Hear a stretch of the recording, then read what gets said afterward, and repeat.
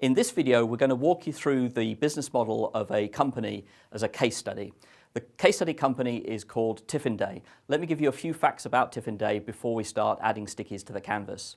So Tiffinday delivers hot lunches to office workers in downtown Toronto in reusable metal containers called tiffins. These containers are then picked up the following day, washed and reused. The customers of this business are single men. They are usually young men who are working in the large office towers in this downtown area and who don't want to go out to lunch. The recipes that are used for the food and the containers and the service model are all based on South Asian practices, particularly from Mumbai. There's a website that the customers can use to place the orders. The company at the time of this business model has been operating for 4 years and it is profitable at this point in time. And as I said, it's located in a major North American urban centre, Toronto in this particular case.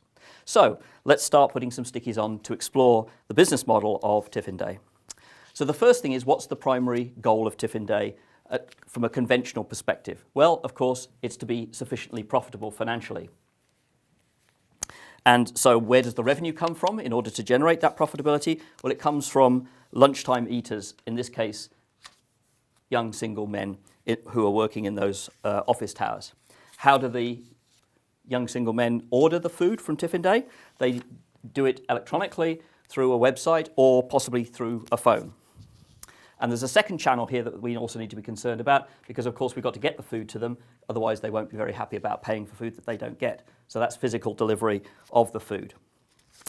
Why do the lunchtime eaters, the young single men, buy from Tiffinday? What is it, the primary value that they're experiencing, that they want? It's the convenience of the ordering and the delivery. So in order to be able to co-create this value with the young single men, what is the key resource that they need at Tiffinday to be able to do this? Well, it's the recipes. The resource is the recipes that allow them to create the food. In this case, it's South Asian-inspired recipes. And they also need, of course, the tiffins and insulated bags in order to be able to hold the food and keep it hot while it's being delivered. The next thing is they need somewhere to cook the food. Now, in Tiffinday's case, they didn't have the capital in order to be able to establish a full kitchen when they started the business. So what they did is they looked for a South Asian restaurant in Toronto who had a kitchen, but where the restaurant was actually closed at lunchtimes. So they managed to find a restaurant and then got the resource of the kitchen and the licensed chef in that kitchen to be able to cook the food in the mornings in order to be able to do the lunchtime deliveries.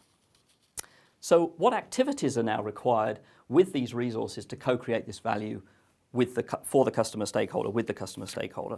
So the first activity is you've got to acquire the ingredients in order to be able to cook the food. And then, of course, we have the very important activity of preparing the food, cooking it and packing it up into the tiffins. And last but not least, of course, we've got to get the tiffins that have now been packed at the restaurant to the customer through the delivery channel. So here we have the activity of food delivery, and then obviously the following day picking up those tiffins and cleaning them ready for reuse. So what's the revenue that comes from co-creating this value with these lunchtime eaters? Well, of course, it's the food sales from delivering the tiffins with the food in it. And of course, the measure here would be in Canadian dollars. And then also they also measure the number of vegan meals sold in the reusable tiffins. They count that and report on that as well. What's the key cost of co-creating this value? Using all the aspects of the processes over here, the key cost is the kitchen rental and the chef. So now we have in just a few stickies the key aspects that conventionally would be the entire story of this business model. It talks about how we generate revenue. It talks about the key items that drive our financial costs. And so if we were using older conventional business modeling tools, we'd be done now.